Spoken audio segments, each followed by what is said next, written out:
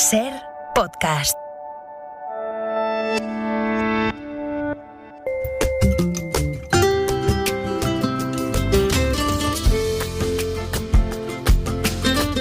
A partir de estos instantes arranca en esta casa un nuevo servicio de podcast, Ser Podcast, en el que los oyentes de la SER van a poder encontrar en principio una oferta muy variada de 65 podcasts. Para gustos, los mejores podcasts. Nos escuchamos en Ser Podcast. Podcasts originales, reconocibles e imprescindibles. Nos escuchamos en Ser Podcast. Convierte cualquier momento en tu momento. Nos escuchamos en Ser Podcast. Bienvenidos a la Liga de los Podcasts Extraordinarios. Nos escuchamos en Ser Podcast. Luis Rodríguez Pies, el director de Antena, programas de la SER y Ser Podcast. Luis, ¿qué tal? Muy buenos días. Muy buenos días. ¿Cómo cambia este proyecto la forma de escuchar la cadena SER? Cambiar es que ni siquiera quisiéramos cambiar nada. A nosotros nos va muy bien como va, ¿no? Es decir, que cambiar es... Lo que sí es verdad es que, estamos compitiendo cada vez más por el tiempo de la gente, pero no nosotros. Sí, está compitiendo la televisión, está compitiendo la prensa, está compitiendo todo el mundo. Por tanto, nosotros también vamos a competir por ese tiempo. Es decir, la gente puede escuchar la radio, como ahora, o puede escucharlo cuando más le convenga y en cualquier sitio. Eso es lo que nosotros, necesitamos, es decir, y por tanto nos vamos a adaptar a esta situación, que es lo que lleva haciendo mucha gente, que ya se lleva haciendo desde hace tiempo y que nosotros nos incorporamos ahora, solo en principio con lo que estamos haciendo ahora en la SER, pero que luego poco a poco iremos haciendo, cosas muy específicas. La radio generalista, la radio esta... La radio hablada, por así decirlo, es una radio que se dirige a mucha gente. Cuanto más gente seas capaz de abrazar, mucho mejor. Bueno, pues el podcast lo que hace es dirigirse a gustos muy precisos, muy concretos. Entonces, que lo que vamos a intentar hacer es llegar a esos gustos, a cuantos más mejor, pero no todos a la vez. ¿Me explico? Esto es lo que cambia. Esto es lo único que cambiaría, es decir, adaptarnos a la gente. Y cuando dices cuando más gente podamos abrazar mejor, es porque los podcasts dedicados a esa gente que, uno, ya escuchaban la radio de otra manera, que eso ya se podía hacer, que pueden empezar a escuchar la radio de otra manera, incluso que puedan empezar a escuchar la radio. Ah, claro, es importante. Decíamos nosotros en nuestra definición, como diríamos, la declaración de intenciones. Nosotros nos dirigimos a la gente que escucha la SER, sí. Mira, voy a darte un dato que yo creo que lo ilustra muy bien. El otro día me lo decían porque a partir de ahora vamos a tener datos de consumo de cada episodio, cosa que no teníamos hasta ahora en la radio, y por tanto eso cambia mucho. Bueno, de cada episodio que se escucha en podcast. De cada episodio que se escucha en podcast. Se dirá, ¿cuánta gente te ha escuchado? Incluso ¿cuánta gente escucha el Comando N? Por ejemplo, el Comando N. Bueno, voy a poner un ejemplo que el otro día me sorprendió muchísimo el dato. Nadie sabe nada, es el podcast más escuchado en España. El programa de Andreu y de Berto. Bueno, pues un 25% de las escuchas del Nadie Sabe Nada son de programas de hace más de un año. Esa es una ventaja que te da el podcast. Es decir, pues el Comando N, por ejemplo, ¿vale? Yo descubro ahora el Comando N, entro en Hoy por Hoy y descubro el Comando N, pero es que me puedo empezar a escuchar espacios que ellos han hecho hace un año. Por tanto, desde ese punto de vista, porque me gusta, porque he descubierto algo. Me pasa igual con las series, a vosotros os debe pasar igual. Yo entro en una serie que les voy a saludar, que están aquí Nacho Carretero y Nuño Domínguez, que les estamos hablando. Hola, chicos, buenos días. Buenos días. Estamos mordiendo los labios. Exacto. Sí. Bueno, pues igual pasa con las series. Tú entras en una serie y claro, te vas para atrás. Entonces todo esto sí que es un cambio que también afecta a la radio. La radio hemos ido siempre un poquito por detrás de estas cosas, ¿verdad? Es decir, los que ya llevamos un tiempo ya lo sabemos. Bueno, pues ahora nos toca. Y eso es lo que estamos haciendo con Ser Podcast. Claro, y es curioso que nos esté costando, porque es verdad que la radio yo creo que es de los medios de comunicación que mejor puede aprovecharse de las nuevas tecnologías. Es decir, hay otros medios de comunicación a los que las nuevas tecnologías les han dañado seriamente, y en cambio nosotros lo que nos da son más instrumentos para llegar a cuanta más gente mejor. Claro, efectivamente, ha cambiado mucho todo lo que son los dispositivos. El otro día alguien me decía una frase que me gustó muchísimo, decir, nada ha pasado hasta que te cabe en una mano. Claro. Y es verdad, es decir, ahora mismo la movilidad es un elemento fundamental en lo que es la escucha de audio. He participado, voy a contar una pequeña anécdota, he participado como asistente en algunas convenciones de radio y tal. Y el otro día había uno de estos gurús y el tío, cuando arrancó su conferencia, dijo, estaba la sala abarrotada, dijo, antes de empezar quiero preguntarles a todos una cosa. Esto se hacía en marzo. Y decía, ¿cuántos de ustedes han regalado un transistor? en estas Navidades. O esto que ha pasado ahora. Pero tengo una segunda pregunta. ¿Cuántos de ustedes le han regalado un transistor a su hijo? Claro, el descojono fue general. Nadie. ¿Qué pasa? Es decir, esto ha cambiado, nos escuchan en otro sitio. Nosotros lo experimentamos también con el humor. Cuando empezamos con los programas de humor, empezamos haciéndolos queriendo que la gente viniese a escucharnos a nuestra casa. ¿No? Entonces dijimos, pues nada, vamos a hacer cosas, las vamos a llevar a otro sitio, allí nos tienen que descubrir, y eso fue lo que pasó. ¿Qué podrán escuchar los oyentes de Ser Podcast? ¿Qué podrán escuchar y cómo lo podrán escuchar?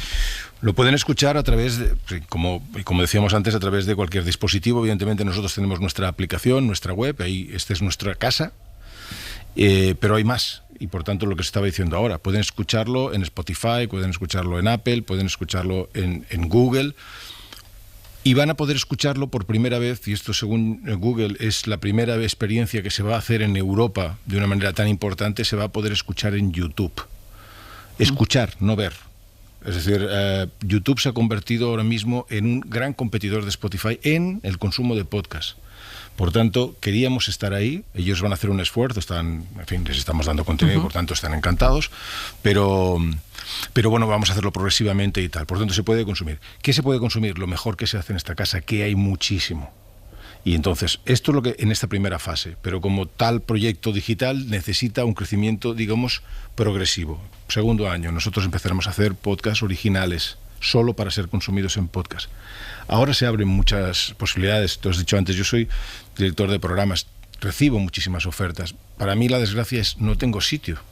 Tengo 24 horas, 7 días, no hay sitio y hay ideas magníficas que no puedo llevar a cabo. Ahora tal vez, si me dan el dinero para hacerlo, claro. Por la gente que cobra. Estos chicos van a estar en podcast, sí, ¿no? ¿Quedamos? Además, de Comando N es uno de los temas que hemos... He dicho lo mejor, ¿no? Sí, has dicho lo mejor. Menos mal.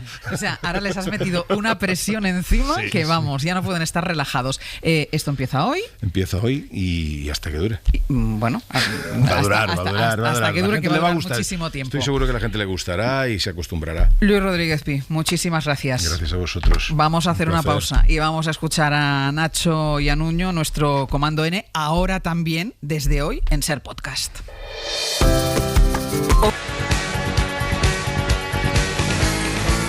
En tiempos revueltos de emociones y de pactos movedizos, nos gusta saber que la coalición de gobierno de este tramo de los martes, la coalición que forman Nacho Carretero y Nuño Domínguez, el Comando N, no muestra fisuras visibles, al menos, y concurre unido a la tarea de observar la realidad y ahora con esa responsabilidad añadida. Nuño, primer podcast que va a salir. Lo llamas responsabilidad, yo lo llamaría miedo, pero... Veniros arriba, por favor. Sí. ¿Responsabilidad, Nacho? Sí, un poco. Aparte, es que yo no me enteré hasta ahora que estábamos estrenando el Asunto Podcast, que somos nosotros los que inauguramos esto. Claro. Yo creo que no nos lo dijeron a posta. Es que, para que veáis la influencia, cuando me dijeron ¿qué día y a qué hora quieres que empecemos esto? Yo dije los martes a las 10. Los comandos. Y me hicieron caso. Los martes a las 10, que ya estamos a punto de fin de semana. Claro, dijiste, ¿no? por eso fue. Exacto. Pues venga, con ellos dos, con el Comando N, empezamos sección e inauguramos podcast. Я прекращаю свою деятельность на посту президента СССР. Принимаю это решение по принципиальным Esto que están escuchando, los que tenemos una edad incluso lo recordamos, la dimisión de Mikhail Gorbachev como presidente de la URSS, principio del desmantelamiento de la Unión Soviética, de la que se cumple este año, este 2021, el 30 aniversario. Claro, en 1991 vosotros teníais apenas 10 o 11 años, pues yo ¿no? me acuerdo, 11. Yo con 10 años me acuerdo del mapa en la televisión, en las noticias, con todas las nuevas repúblicas que nacían, y yo, como era un niño freak de la geografía, de pequeño era un obseso de saberme todos los países, lo vi como un desafío. Dije, ahora me toca aprender Kazajistán, Ucrania, y lo veía como ilusionado, sin entender todo el trasfondo político. Creo que eras mucho más estudioso que yo, porque yo solo le preguntaba a mi padre, ¿qué tiene ese señor en la cabeza? Exacto, la mancha de Mikhail Gorbachev, que era una mancha indiscutible. En cualquier caso, ¿os ha interesado la historia de la Unión Soviética? Más tarde sí. Más tarde con sí. 10 años, en ese momento entiendo que no. Sí, pero más tarde ¿Y a ti, Nuño, también? Mucho, y sobre todo lo de las repúblicas satélites, ¿no? Yugoslavia, por ejemplo. ejemplo? Pues en todo caso, una cosa es saber lo que ocurrió a la Unión Soviética y otra muy distinta es vivirlo en primera persona. Ninguno de los que estamos aquí, a pesar de que yo informara de ello, no lo vive en primera persona, pero quien está aquí sentada sí lo hizo.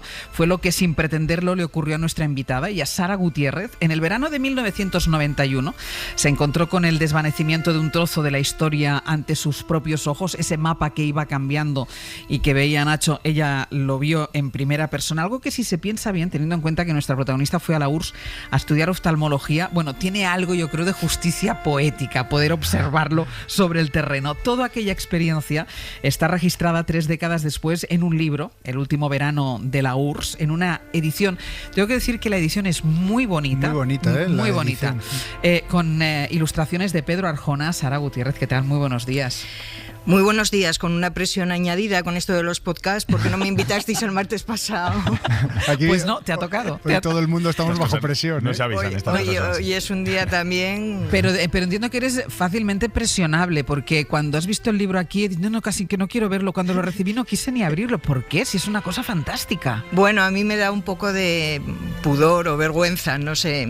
Lo escribí por aquello de quitármelo de la cabeza, de que ya estaba bien. Yo creo que ya no querían quedar conmigo para que no les contara cosas de esto, y pensé, si lo escribo lo dejo ahí en un cajón y ya pasamos a contar otra cosa, a vivir otra cosa. Y cuando por aquello de salir de esta también apatía en la que nos estaba metiendo la pandemia y esta especie de tristeza, y coger algo ilusionante, y para mí lo más ilusionante creo que viví fue aquellos años en la Unión Soviética, por lo que tenía de extraordinario, de raro, de inesperado todo, de asombroso. Pues Eva Orue, que está siempre ahí al quite, me dijo, oye, se cumplen 30 años este año del desmantelamiento de la Unión Soviética. Sería un momento estupendo para que sacaras eso que tienes ahí de aquel viaje que hiciste en el 91. Y bueno, sí, se lo propuse a Jesús Ejido, que es un editor súper minucioso y... que te da muchísima alegría trabajar con él. Se lo propuso a Pedro Arjona ilustrarlo y salió eso que tenéis ahí en la mano. Déjame que empiece por el principio, porque tú te vas a la Unión Soviética. Sí. Tú te vas a la Unión Soviética, no a Rusia, te vas a la Unión Soviética, sí, a estudiar oftalmología. Para empezar, ¿por qué te vas a la Unión Soviética a estudiar oftalmología? No había ningún sitio más cerca. Eso decía mi abuela, ya ves. Eso lo dice mucho una tía mía, con luego cosas bonitas, sí, que hay aquí, ¿para qué te vas fuera? Me decía 2 cosas. Cuando estudiaba, fui siempre buena estudiante, pero muy vaga. Y ella me decía, sí, para animarme a estudiar, si a mí me hubieran estudiado, iba a Rusia andando. Eso lo oí cada tarde, y yo creo que eso influyó. Y luego otra cosa es que soy de Oviedo. En Oviedo hay unas familias de oftalmólogos fabulosas. Sí. Tenía un catedrático de oftalmología que era y sigue siendo una eminencia, y hice mi tesina de fin de carrera con él, y yo quería hacer oftalmología. Y pensé que lo que podía aprender aquí, lo podía aprender en ese momento y 10 años más tarde. Pero irme fuera, para el impulso de irme fuera, seguramente solo lo iba a tener en ese momento, que era... joven y me quería comer el mundo. Pero había allí prestigio... Y había un prestigio enorme de la oftalmología soviética. Era cuando empezaba... A ver, había prestigio y había misterio. O sea, ¿tú fuiste más por el prestigio de la carrera o por la curiosidad y la aventura de vivir en la URSS? Por las dos cosas. Por el prestigio de la oftalmología era cuando empezaban las cirugías de la miopía, y el láser y cuando hablábamos y busqué una beca para irme, bueno, surgió que había unas becas para irse a la Unión Soviética, y yo le dije, hay esta posibilidad de ir, ¿pero tú te irías allí? Pues yo sí. ¿Y qué interés puede tener? Y él me dijo, cuando vienen a los congresos, vienen con unas cifras desorbitadas de casos. Y eso no podemos saber si es verdad o si simplemente lo multiplican. Y lo que cuentan, pues parece que sí, que tienen cosas que no tenemos. ¿Irías? Sí. Y entonces, bueno, pedí la beca, me la dieron, fui, y realmente lo que vi era extraordinario. ¿Y te interesaba, más allá de lo que viste para tu profesión, te interesaba el momento político de la Unión Soviética? Me interesaba mucho la perestroika. Estábamos oyendo hablar todo el día de la perestroika. la mancha de Gorbachov, que ya parecía un mapa ahí que te estaba llamando. Y yo no sé, siempre que oí arrancar un coche al lado de casa no pregunté a dónde iba, me subía y iba. ¿Dónde fuiste? ¿Dónde te estableciste? En Kharkov, en Ucrania, porque me tenía que haber ido un año antes, pero bueno, me engañaron un poco, me dieron la beca, pero luego parece que no era la persona que ellos esperaban llevarse allí. Y lo peleé, hasta que conseguí que al año siguiente, me imagino que por pesada, dijeron, a ver, esta va a provocar aquí un conflicto innecesario, que se vaya. Y me dijeron, bueno, para compensar, tal, te buscamos un centro, vamos, maravilloso, lo mejor de lo mejor, y es en Kharkov, Ucrania. Es en Kharkov, que está cerca de Kiev. Y yo pensé, pues esto será, comparando con Oviedo, como Coyoto, que está ahí al lado. Y cuando lo miré en el mapa, era lejísimos de Kiev. Dije, bueno, cerca de Kiev no es, pero parece que es una ciudad importante. Y cuando llegué, me estaban esperando el año anterior, lo cual quiere decir que no me buscaron nada para compensar, simplemente me mandaron a donde tenían pensado mandarme y punto. ¿Cómo era la perestroika sobre el terreno? Porque es verdad que lo veíamos de fuera, la perestroika, la apertura, Gorbachov, pero una vez llegas ahí, ¿se nota en algo la perestroika? La perestroika allí era un dolor, porque era miseria, era sufrimiento, y era un sufrimiento además de frustración. La gente creía que vivía realmente construido. O sea, es que esto, si lo cuentas así, como lo voy a contar, a mí misma ahora me parece raro, pero realmente la gente creía que estaba construyendo un paraíso, que estaban sufriendo, que tenían miseria, que pasaban necesidades, pero que era un sacrificio necesario para construir el hombre nuevo, y cuando llegas allí y a mí me preguntaban... ay, tal, qué suerte tuviste que viniste aquí, porque fíjate que cuando íbamos a salir de la escuela nos decían, ala, que ahora vais a casa a merendar, no como los niños de España que se mueren de hambre. Yo les decía, pues no. Ay, tal, porque claro, fíjate, tu padre, claro, que será millonario, porque para haber estudiado medicina, pues no, estudié con beca. Y en aquellos años, que no son los que estamos viviendo ahora, por desgracia, podíamos estudiar todos los que quisiéramos, o yo así lo recuerdo, ¿no? Todavía no en percibías España. Ese desencanto con el sistema, ¿no? Y entonces la gente, una cosa era ese pequeño contacto conmigo, y luego yo llegué en el 89, todavía no había muchas cosas que llegaran del exterior, pero poco a poco se fue abriendo, y ya en el 91, cuando empezaron a verse cosas de fuera, la gente decía, nos engañaron, es que vosotros vivís mejor, claro. Es que, a ver, que es que yo llevaba comida de aquí, porque el mismo consulado, la embajada me habían dicho que tenía que llevar cosas porque que allí no había, tal y cual, y la gente se rifaba mis tarros de Nescafé vacíos. Entonces a mí era una cosa que te daban como ganas de llorar. ¿Y se podía intuir el fin de la Unión Soviética?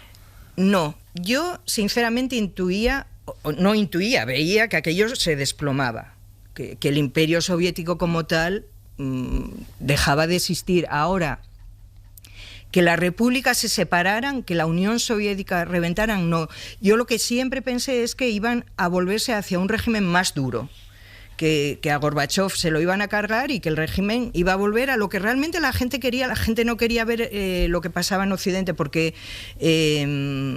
era muy doloroso realmente ver que habían echado la vida para nada. En algunas repúblicas que al final se desmembraron, en realidad el régimen sí que volvió hacia atrás o quedó muy duro. Yo estuve hace unos años en Bielorrusia, y Bielorrusia es como un viaje geográfico y en el tiempo. Es como ir al pasado. Hombre, absolutamente. Sí. Es como ir a la Unión Soviética con su dictador, con su estética, con su falta de pluralidad mediática. Es un viaje... Bueno, si hay algún nostálgico de la URSS, yo creo que lo más aproximado a ver cómo se vivía ahí es ahora Bielorrusia, y es muy interesante. Y otro fenómeno que me parece también muy interesante es el contrario de Sara, que es todas esas personas que tenían puestos cualificados en la URSS, médicos, ingenieros, etcétera, que cuando cae el imperio y se vienen a Europa, no valen sus títulos, por cuestiones políticas no se los convalidan. Y bueno, supongo que vosotros también, pero gente, pues yo conozco señora que es médico anestesista en Rumanía, en la Rumanía soviética, y aquí limpia casas. Y como ella, pues muchísima gente, el efecto contrario de Sara, ¿no? ¿Y era fácil, Sara, la relación con la gente? Muy fácil. Muy fácil, la gente realmente... ¿Tú saliste de aquí hablando ruso? O sea, cuando te fuiste de aquí... Me da vergüenza decirlo porque estuve un año peleando por irme y no se me ocurrió ponerme a estudiar ruso. Pero, a ver, no es que no quisiera, es que no se me ocurrió. A mí me habían dicho que el plan que tenía era, llegaba allí, estudiaba 6 meses ruso, si superaba lo del ruso entraba en el hospital, si no lo superaba me mandaban para casa. Entonces yo pensé, bueno, pues lo supero y paso al hospital, genial, y si no, vaya 6 meses, todo lo que di. Y ya está, y no se me ocurrió, o sea... Me empezó a dar un poco de vergüenza en el aeropuerto porque me fui con un equipo de baloncesto, que allí me trapicharon unos dólares y esto, y me miraban como diciendo, ¿está loca? ¿Dónde va esta? ¿Tú sabes? Y allí me enseñaron 4 cosas elementales y me miraban como diciendo, no solo me miraban, me decían así, chapurreábamos inglés entre todos inglés, diciendo, ¿pero a dónde vas? Allí inglés, claro, inglés muy poco. Si no sabes ruso es como una especie de afrenta. Sí, no, es... y sobre todo en ese momento. ¿Sabes lo claro, que me refiero a ese ¿sabes momento, lo que te da la entrada? Y por lo que creo... Bueno, yo hablo mucho, pero los idiomas siempre se me dieron fatal porque me da así como vergüenza y yo qué sé, nunca pillo el acento de nada. Pero... allí me di cuenta que si quería, por ejemplo, en el hospital, integrarme, que los pacientes me trataran como un médico normal, porque ser mujer, extranjera, soltera, era todo, como de mirarme así un poco. Pero si yo hablaba ruso y podía tener una conversación normal, y entonces, pues aprendí ruso rápido y fundamentalmente también creo que influyó mucho que allí después de... cada media tarde o cada mediodía, después de cuando acabábamos de las cosas del hospital y esto, nos reuníamos y había gente que cumplía años, yo qué sé, todas las semanas, porque había una celebración todos los días.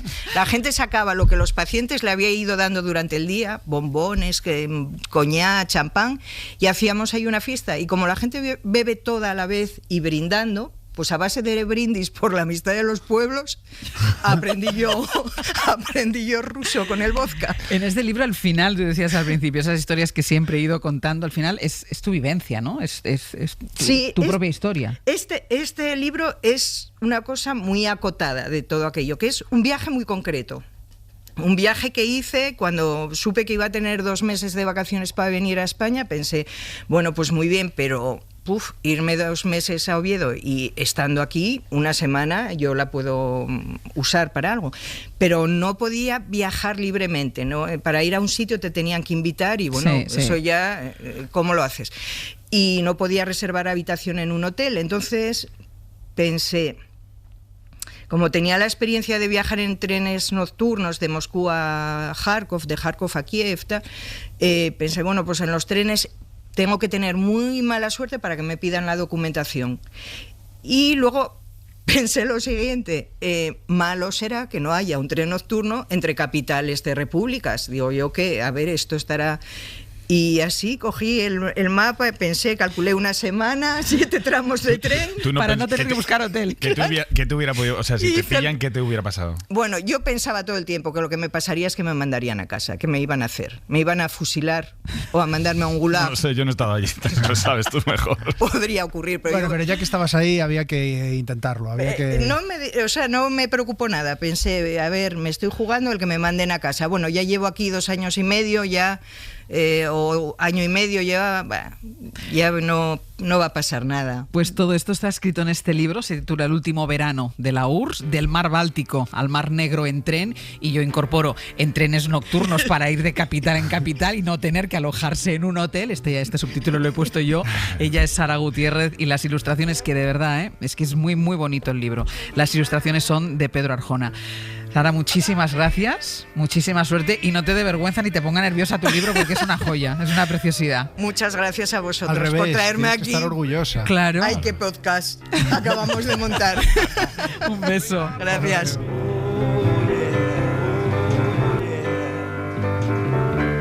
You know I laughed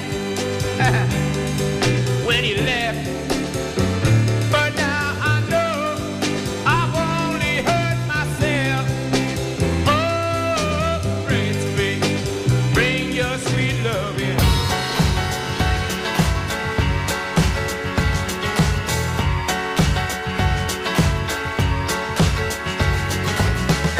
Estrenando el martes con nuestro comando N, Nacho Carretero y Nuño Domínguez. Uno de los retos a los que nos hemos enfrentado en este año pandémico ha sido y sigue siendo el de saber con tan bien de qué estamos hablando, encontrar a los mejores divulgadores, hacerles las preguntas precisas, entender las dudas de los oyentes y saberlas trasladar. Este año, más que nunca, los bulos han corrido por las redes de boca en boca y ha sido y es nuestra labor, como con cualquier otra información, ser fiables, ser veraces, saber divulgar la verdad. Y hoy queremos hablar contigo, Nuño, de la importancia de la divulgación, pero nos vamos a centrar en los niños, en los más pequeños, porque el viernes estuviste en un colegio, el Siglo XXI de Madrid, dando una charla a niños de qué edad. De primero de primaria, 6 y 7 años tenía. ¿Y cómo fue eso? Eso es un desafío, eso. A ver, yo me lo paso muy bien en la radio, pero eso ya es otro nivel, imaginaros, o sea, es una maravilla. ¿De qué les hablaste? Bueno, en principio les tenía que hablar de exploración espacial de Marte. Ahora con esta misión de la que hablábamos hace unas semanas, que acaba de aterrizar, Perseverance, pues querían que les contase un poco pues qué hay. ¿Sentías como cuando nos lo intentas explicar a mí y a Ángels? No, seguro que los niños eran más inteligentes que nosotros. Lo que sentía es que estaban muy puestos y que hacen esas preguntas que dices, es que nadie en el planeta tiene suficiente conocimiento para responderos estas preguntas. Hacéis las buenas preguntas. ¿Ves? O sea, mira, vamos a escuchar un extracto, algunas de sus preguntas y algunas de tus respuestas. Ellos son Irene, Gabriela, Unai, Manuel y Blanca, todos de primero de primaria. Que si en Marte hay wifi. Creo que no hay wifi, todavía lo tienes que poner. Pues la ingravidad hace que subamos. Es que creo que si se encuentran fósiles es que hay vida, porque los fósiles significa que hay vida, porque se esconden los huesos ahí. Y si hubiera vida, si hubiera fósiles, hubiera vida, porque si no hubiera fósiles. Muy bien explicado, tal cual, es tal cual así. Que si en Marte, en el río, puede haber algún fósil. Yo lo que más me pregunto del espacio es cuándo se acaba.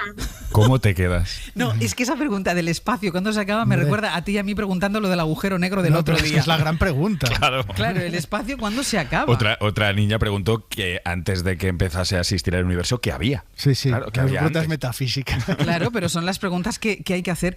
¿Tú a qué edad crees que es importante que los niños empiecen a interesarse, a hablar de ciencia, a escuchar todo esto? Pues esto ha sido un descubrimiento que gracias a la relación que tengo con este colegio, que ya he ido un par de veces a explicar cosas, veo que nunca es demasiado pronto. O sea, es increíble la comprensión que tienen los chavales muy jóvenes, pero de muy poquitos años, por temas más que de ciencia, porque si tú le dices a un niño te voy a hablar de ciencia, igual ya le aburres, pero si le dices cosas de la naturaleza que le pueden interesar. Pero tiene dificultad, ¿eh? A mí me avisan, o sea, me piden a menudo ir a dar charlas a universidades, mucho menos a colegios, pero alguna vez he tenido la experiencia y a mí dame mucho antes universidades que colegios, porque ser didáctico y captar la atención y sentir que los niños te están entendiendo con 6, 7 años tiene mucha más complejidad que, bueno, que tienes 20 y pico años, si quieres atiéndeme, si no duerme, a mí no va conmigo. Y a ellos les da igual, si se aburren te lo van a decir. Y, claro. Exacto.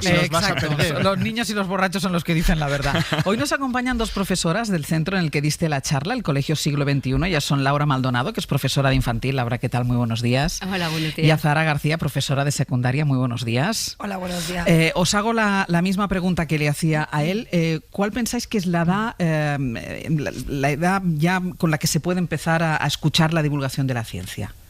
Bueno, yo en mi caso es que soy profe de infantil, ahora estoy en aula de 3 años y creo que es que, como ha dicho Nuño, creo que nunca es tarde, o sea, es siempre pues casi desde que nacen, pero en el cole lo tenemos normalizado desde pequeños, ¿no? Edad para la ciencia, creo que es parte de nuestra vida, es verdad que lo solemos percibir como algo muy lejano, sí, pero cuanto antes se les haga ver que forma parte de su día a día y que es algo muy cercano, antes se despierta esa curiosidad. Dame un minuto y ahora vamos a continuar, porque hay una información de última hora. Ya saben que ayer, cuando anunció su candidatura a la presidencia de la Comunidad de Madrid, Pablo Iglesias tendió la mano para que Más Madrid, el partido de Íñigo Errejón, fuera junto con ellos a estas elecciones. Y Javier Bañuelos, ya sabemos la respuesta de Más Madrid, sabemos la respuesta de Íñigo Errejón. Buenos días. ¿Qué tal, Ángel? Buenos días. Pues sí, y esa respuesta es que no aceptan la propuesta, la oferta de Pablo Iglesias. No habrá candidatura conjunta entre Más Madrid y Unidas Podemos. Es la decisión que ha adoptado esta misma mañana la ejecutiva de Más Madrid, el partido de Errejón. 1h20 prácticamente ha durado, Ángeles, esa reunión interna que han mantenido la cúpula, la dirección de Más Madrid. Y la decisión ya es firme, está tomada y se acaba de comunicar a través de un vídeo comunicado por parte de Mónica García, candidata de Más Madrid. Un mensaje de aproximadamente 2 minutos y medio, muy contundente, en el que ha dicho que Madrid no es una serie de Netflix, que saben frenar a la ultraderecha sin que nadie les tutele, le apetece ser candidata y no pueden sumarle más frivolidad ni más testosterona a esta campaña electoral. Por eso Mónica García, con estas palabras, anunciaba y descartaba esa candidatura conjunta con Unidas Podemos. Disponer de 3 opciones con garantías de representación es la mejor forma de movilizar al Madrid decente y conseguir que ningún voto se quede en casa. Si cada uno juega el rol que le toca, siendo responsable y remando hacia el mismo objetivo, no me cabe duda de que sumaremos. Desde Más Madrid llevamos manos a la obra desde hace muchísimo. Bueno, también pedía Ángels en ese audio, Mónica García, una campaña limpia que desemboque, ha dicho, en un acuerdo de gobierno entre los 3 partidos de izquierda para poder conseguir desalojar a Isabel Díaz Ayuso de la Puerta del Sol. Pues esta es la noticia a esta hora de la mañana. Estábamos esperando la respuesta de Más Madrid. Es verdad que había habido silencio. Sí, ayer había hablado Mónica García, pero no hemos escuchado hablar todavía a Íñigo Errejón, y esta es la respuesta de Más Madrid a Pablo Iglesias: no a ir juntos en las listas electorales para las autonómicas de Madrid. Van a ir en candidaturas diferentes, es decir, la izquierda va a estar representada por el Partido Socialista, por Más Madrid y por Unidas Podemos. Gracias, Bañuelos. Un abrazo. Estas son las cosas que pasan, ¿eh? Que la actualidad nos atropella muchísimas veces, y tal como está la actualidad... Y pues la actualidad política más. Y la actualidad política más, porque uno no sabe lo que puede pasar en cualquier momento. Laura, tú das clases a niños de 3 años, ¿no? Sí. ¿Cómo se explica a un niño de 3 años qué es la ciencia? Bueno, a ver, realmente no, la pregunta no es qué es la ciencia, pero a ver, también tenemos la suerte de trabajar en un cole en el que facilita, ¿no?, que sean ellos los protagonistas de su aprendizaje. Entonces, ¿qué quiere decir eso? Que sus intereses y sus motivaciones son las que están ahí. Entonces, ellos te preguntan, quieren saber cosas sobre dinosaurios, sobre el espacio, sobre el cuerpo humano. Entonces, yo a estas preguntas que habéis escuchado estamos acostumbrados en el día a día. En el espacio y wifi es una pregunta habitual. Sí. Y muy pertinente, además. Sí, sí. O a qué velocidad van los meteoritos, ¿no? Que te pregunte un niño de 4 años y dices, bueno, pues habrá que investigarlo, porque yo no lo sé, pero entre todos lo podemos, ¿no?, un poco investigar. Entonces, pues bueno, un poco pues lo que hacemos en el cole es eso. Ellos preguntan, se motivan, se interesan, y al final pues la ciencia está ahí y son referentes, ¿no? Vienen pues gente como Nuño, familias del cole, otros compañeros, que ellos ven médicos, ellos ven paleontólogos. Entonces, que una niña te diga de 4 años, yo es que quiero buscar huesos de dinosaurios, ¿no? Quiero ser paleontóloga. ¿Y les gustan las charlas? ¿Prestan atención a estas charlas? Mucho. Están muy motivados porque al final son ellos los protagonistas, ¿no?, de su aprendizaje. Ellos preguntan qué es lo que les interesa. Y luego que tienen muy buena preparación. La primera vez que yo estuve en ese colegio, en vuestra clase habíais preparado en el patio, creo, arena con huesos enterrados, les enseñasteis a hacer cuadrantes para ir excavando, ir buscando los fósiles, o sea... Como si estuvieran allí sobre el terreno, Claro. sobre el terreno buscando. Sí, esa es nuestra manera de trabajar. Al final todos, pues bueno, en los proyectos se involucran, ¿no?, los que colaboran con estos proyectos. Entonces ellos son los protagonistas de su aprendizaje. En tu caso, Zara, los chicos y chicas a los que tú das clases son de secundaria. Sí. ¿De qué edades? Entre 12 y 18. ¿Y ahí las preguntas son las mismas? Pues algunas sí. De hecho, me ha hecho gracia al escuchar el vídeo porque hay, lo de cuándo acaba el universo te lo hacen en segundo de la ESO, con 13, 14 años. Que dices tú, bueno, ya a estas edades sabemos que no se conocen los límites, ¿no? Pero sí, algunas son las mismas. La cuestión es la edad a la que te dejas de hacer esa pregunta. Ya, imagínate la edad que yo tengo y me las sigo es que haciendo. dejas de hacerlo, claro. Es que no, pero eso es curiosidad, ¿no? Yo creo que al final lo importante es que les mueve a los chavales, les mueve la curiosidad por lo desconocido, ¿no? Y eso es lo que mueve la ciencia, ¿no? Los descubrimientos parten de una curiosidad de alguien, de un planteamiento. ¿Tú qué asignaturas das tú? Yo este año doy matemáticas, pero en años anteriores daba física y química y biología y mates. ¿Y tú crees que la pandemia les ha hecho interesarse más por todo el mundo de la ciencia? Pues por un lado están muy cansados de oír hablar de la pandemia, de oír hablar de virus, de vacunas, pero sí es cierto que en la parte de la biología, el cómo funciona una vacuna, cómo funciona un virus, si es un ser vivo o no, sí ha de base, como contaba Laura, traen una curiosidad ya muy trabajada, ¿no? Entonces, cuando llegan a secundaria, ellos ya tienen una motivación de base, es muy fácil trabajar la ciencia con ellos. Lo que pasa es que también están en una edad muy difícil, muy difícil, porque es verdad que ellos entienden mucho más las informaciones, lo que escuchan, con lo cual también las informaciones malas, vamos a decir, también les entran. Es decir, por ejemplo, si hablamos de las vacunas, ¿no? Si hablamos de los antivacunas, a ellos también les entran. No sé si se cuestionan este tipo de cosas. Sí, totalmente. De hecho, el trabajo en secundaria, aparte, por supuesto, de seguir trabajando esa motivación y esa curiosidad que traen de base, perdón, es enseñarles a discernir entre la información que es veraz y la que no. No porque la información la tienen. Hoy en día es un poco absurdo enseñarles cosas de memoria, porque la información está al alcance de la mano de cualquiera. Entonces es más importante para nosotros enseñarles a ser resolutivos a la hora de encontrar una respuesta y de saber discernir en la veracidad de la información que tienen. Y sobre todo tener esos tiempos de debate y de poder contarlo y de poder compartirlo, ¿no? Que también es muy importante que entre ellos y entre los profes, o sea, que haya un poco esa, no solo tiempo de estudio, sino tiempos de reflexión y tiempos de debate en los que puedan... ¿Y eso es lo habitual en la enseñanza? No. Vosotros estáis hablando, claro, de un colegio muy determinado, de una fórmula de enseñanza, y Nuño lo conoce, muy determinada. ¿Esto es lo habitual? Debería ser lo habitual, pero ¿es lo habitual? Debería ser lo habitual. Yo creo que todavía no lo es. Sí que hay más sitios donde se empieza ya a trabajar un poco de esta manera. Bueno, mi experiencia es que ha estado vinculada al siglo desde que era pequeña, ¿no? He sido alumna del cole y bueno, para mí es lo normal y para mí es como tendría que ser. Pero, pues bueno, desde aquí también animamos a... Y también una cosa, no solo lo consigue una persona, esto al final se consigue con un equipo. Claro. Si no tienes un equipo detrás de familias, de profes, de comunidad educativa que respalde este proyecto y esta manera de educar, es muy difícil. Y es, a nivel personal, un esfuerzo muy grande, ¿no?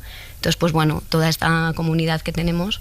A mí me sorprendió mucho porque es un modelo en el que los padres se involucran mucho en por ejemplo, en buscar gente que vaya a hablar. A mí, yo fui a dar la charla porque un compañero del periódico, Juan Morenilla, me dijo, oye, mira, que es que en mi colegio es que quieren que vaya alguien a hablarles de esto y tal, y dinosaurios y tal, tú podrías, tal.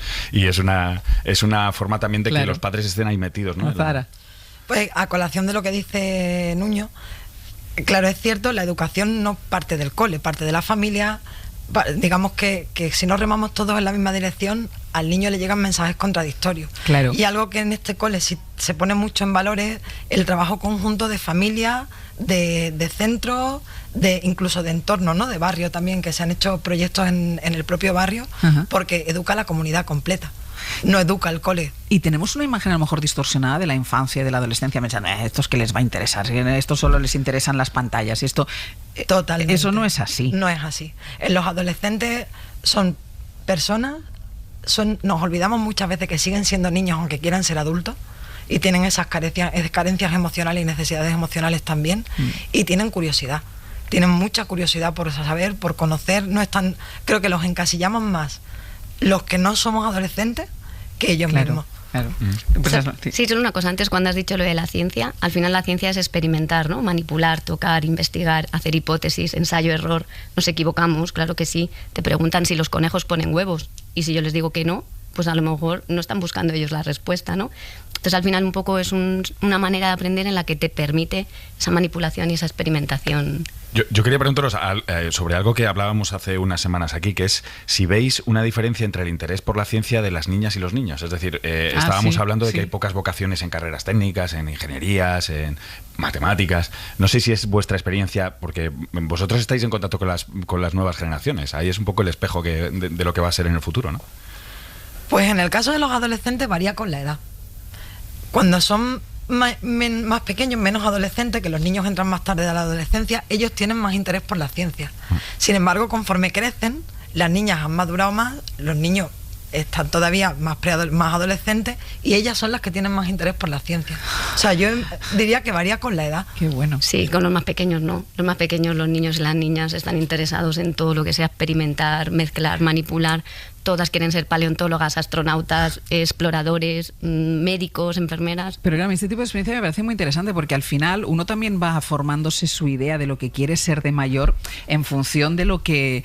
cuando uno tiene un buen maestro de historia, pues a lo mejor se quiere hacer historiador. Cuando uno tiene un buen maestro de matemáticas, me digo, ¿por qué la gente se hace matemático? Y muchas veces cuando le preguntas a un matemático dice, pues por un maestro que tuve en claro. segundo, ¿no? Lo que da pena también a veces es que de pequeño sí que les ves con una inquietud tremenda y luego se pierde con la edad por factores ajenos a eso, pues porque no les han sabido encarrilar, porque el sistema educativo a veces aún no, y se va perdiendo una inquietud que tenían con 6-7 años, con 15 ya no la tienen. Y le coges manía a asignaturas o a materias que claro, para mí la ciencia en mi colegio, que era un colegio de curas, pues era bajar al laboratorio, que era un sitio lleno de polvo, que solo había una serpiente en formol ahí enroscada. Yo tuve que abrir una vez un hámster o una... Bueno, eso ya, pero eso ya una es rana, ¿no? O sea, eso está bien. O una rana. Un hámster no.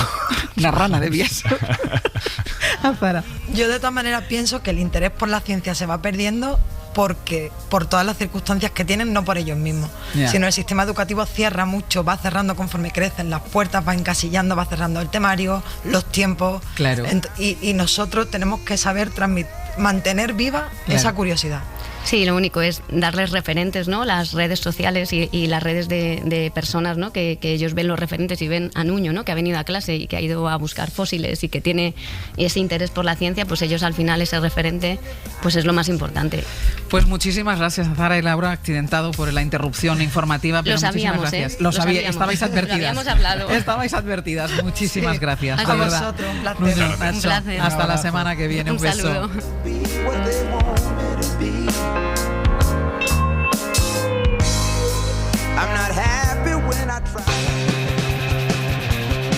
Hoy por hoy, Àngels Barceló. ¿Qué significa la palabra tú? ¿Qué significa la palabra hogar?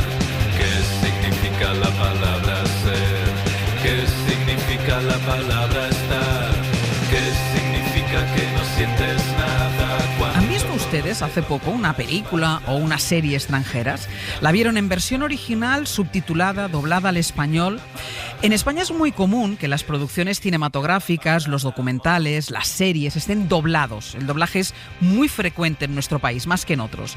Eso ha dado lugar al desarrollo de toda una industria del doblaje, de actores que prestan su voz a los intérpretes que hablan en otras lenguas, y ha hecho crecer la traducción audiovisual, que se encarga de trasladar de una lengua a otra las cintas que se doblan o se subtitulan. ¿Qué consecuencias tiene el doblaje para una lengua y para nuestro conocimiento de idiomas? ¿Qué consecuencias tiene? Bueno, pues saludamos a Lola Pons, catedrática de la Universidad de Sevilla, que nos recibe desde allí. Nos saluda en versión original. Lola, muy buenos días. Hola, buenos días. Lola, ¿esto del doblaje es tan antiguo como el propio cine? Sí, con el cine sonoro nace el doblaje. Estaba antes el cine mudo, que representaba una especie de universalidad lingüística, y ya a fines de los años 20, tras la llegada del cine sonoro, aparecen los doblajes como modo de recuperar esa universalidad perdida. En España la primera película que se dobla del inglés al español es de 1931, y fíjate que ya en 1932 hay estudios de doblaje en nuestro país. Si avanzamos 10 años más, en los años 40 ya el doblaje era general en España, y la opción del subtitulado en ese entonces era muy, muy escasa. En época franquista se impulsó la producción de doblajes, incluso se legisló sobre ella. Dentro de una ley de defensa del idioma estaba esa obligación de doblar las películas extranjeras. Pero parece que más que una cuestión de defensa del idioma, había una voluntad de censurar a través del doblaje todo aquello que nos gustaba del guión original. Por eso tanto España como Italia en esa época fomentaron el doblaje. ¿Y cómo evaluamos, Lola, esa situación desde el punto de vista de las lenguas? ¿El doblaje es bueno o es malo? Bueno, depende de con qué perspectiva lo quieras ver. Si lo ves por el lado de nuestro conocimiento de las lenguas extranjeras, pues es indudable que la versión original nos ayuda a aprender una lengua. Cuanto más te expones a una lengua, mejor la hablas. Eso, ver una película en versión original te ayuda a familiarizarte con empleos más conversacionales, ver la lengua en situación. De hecho, se ha querido relacionar el índice EF, que es el de English Proficiency, con la exposición a versión original según los países. En 2020, por ejemplo, si nos fijamos en esos índices, están por arriba Países Bajos, Dinamarca, Finlandia y Suecia. España en el 26º lugar, el número 26 de 34. Y Portugal, nuestro vecino, un país donde hay muchos subtítulos, donde hay mucha más versión original que en España, estaba el 7º. Aún así, no todo encaja. Quiero decir, Alemania, por ejemplo, tiene un buen nivel de inglés y en cambio en Alemania predomina el doblaje. O sea, nuestro bajo nivel de inglés no es culpa de ver las pelis dobladas. No, porque hay más factores, claro. Esos países escandinavos a los que me refería antes enfocan muy pronto la comunicación, la educación lingüística, y sí que se exponen al inglés también fuera de clase en los cines, en las casas viendo las series, pero la exposición a la versión original no es el único factor. Es más importante el sistema educativo.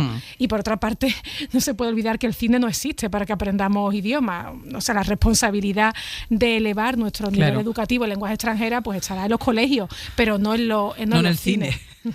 Hablabas antes de perspectivas. Si cambiamos la perspectiva, ¿qué papel tiene el doblaje en la promoción de una lengua? Muchísimo, muchísimo. Además, en España hemos sido testigos recientes de eso. Tú recordarás que en España fueron muy llamativos los doblajes al catalán de la telenovela Dallas. Sí, cuando se inauguró TV3, exacto. Sí, o en los años 90 Dragon Ball, la serie de animación, también se dobló al catalán. Que una lengua se use en el doblaje ayuda a la normalización. Es solo un factor. Es verdad que es mucho más relevante la propia actitud de los hablantes, pero sin duda el uso del audiovisual para hacer presente una lengua en un tipo de dominio de uso donde antes no era frecuente es muy importante.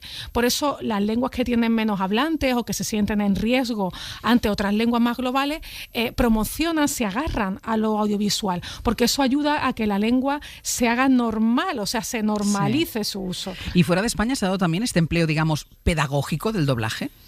Sí. De hecho, una noticia reciente fue en torno a Islandia, hace unos meses. En Islandia se pidió a Disney que doblara o al menos subtitulara al islandés las películas que Disney ofrece en sus plataformas para televisión. De hecho, el propio ministro de Educación islandés dijo que los niños de allí estaban muy expuestos al inglés, pero que tenían también que estarlo al islandés. Es cierto que las primeras películas de Disney fueron dobladas al islandés, pero no estaban incluidas en esa plataforma, y el islandés está siendo en parte arrinconado por el inglés en Islandia. Ya, pero esto que cuentas es un poco paradójico, porque estoy pensando en el superhéroe de Thor, de las películas de animación, que justamente se basaba en un culto de Islandia.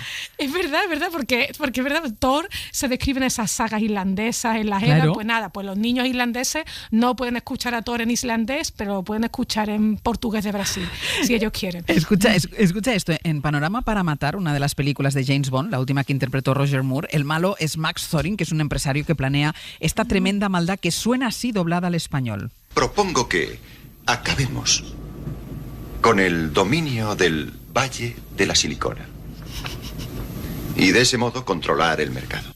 El Valle de la Silicona. Yo creo que el malo en realidad quería acabar con el Silicon Valley de California. Yo creo que sí. Bueno, y si hubiese querido traducir, lo tenía que haber hecho como Valle del Silicio, ¿no? De la Silicona. Bueno, que a lo mejor California también es un poco el Valle de la Silicona por otras cosas. Pues seguramente también. Bueno, la traducción audiovisual, que es la responsable de este tipo de cuestiones, trabaja muy condicionada. En primer lugar, dicho más bien por mí externamente, ¿no? Yo creo que también por una cuestión laboral, porque creo que se trabaja con entregas muy aceleradas, pero también hay un condicionante, digamos, intrínseco, y es la sincronización labial. Hay que traducir, sí, pero hay que encajar las palabras en el movimiento labial de los actores en la versión original. Yo no sé a quién se debe esta cuestión tan curiosa del Valle de la Silicona, pero es verdad que es tremenda. ¿Y qué me dices de esa forma de hablar que a veces vemos en el español de algunas películas? Ay, bueno, me refiero a cosas del tipo canastos, sí, ¿no? A eso. O de veras, eso se dice mucho, bromeas. Bueno, esto son prácticas lingüísticas, usos lingüísticos que no son comunes en español, pero que vemos constantemente en las películas. Para traducir, por ejemplo, el inglés "Are you kidding?", nos aparecen personajes que en lugar de decir "¿pero qué me estás contando?", que es lo que diríamos en español, te dicen "bromeas", ¿no? O "planea un atraco", ¿no? Imagínate, Ángel, planea un atraco y le dice un malo a otro "hagámoslo". Pues no, en español hubiesen dicho pues venga, vamos a hacerlo, ¿no? Sí. O eso, "apuesto que no llegaremos a tiempo". Bueno, pues nadie dice eso en español, y esto se ha llamado dubese, pronunciado literalmente dabes, porque dub es doblar en inglés, y es una especie de lengua propia traducciones poco naturales, ese español poco natural, que terminamos asumiendo, igual que asumimos que Escarlata O'Hara de repente hable español en Lo que el viento se llevó. Hay una parte de pacto en esto de ser espectador, ¿no? El pacto por el que asumimos una ficción y una forma lingüística que no era la original. Y de eso se trata, ¿no? El poema con que cierras hoy, de mentiras y verdades del cine, de Rafael Alberti. Se llama Verano. Del cinema al aire libre vengo, madre, de mirar una mar mentida y cierta que no es la mar y es la mar. Al cinema al aire libre, hijo, nunca has de volver, que la mar en el cinema no es la mar y la mar es. Lola, muchísimas gracias. Hasta la semana que viene. Juntos todo el tiempo hasta quedarnos sin aliento y comernos el mundo, vaya ilusos, y volver a casa en año nuevo. Pero todo acabó y lo de menos es buscar una forma de entenderlo. Hoy por hoy.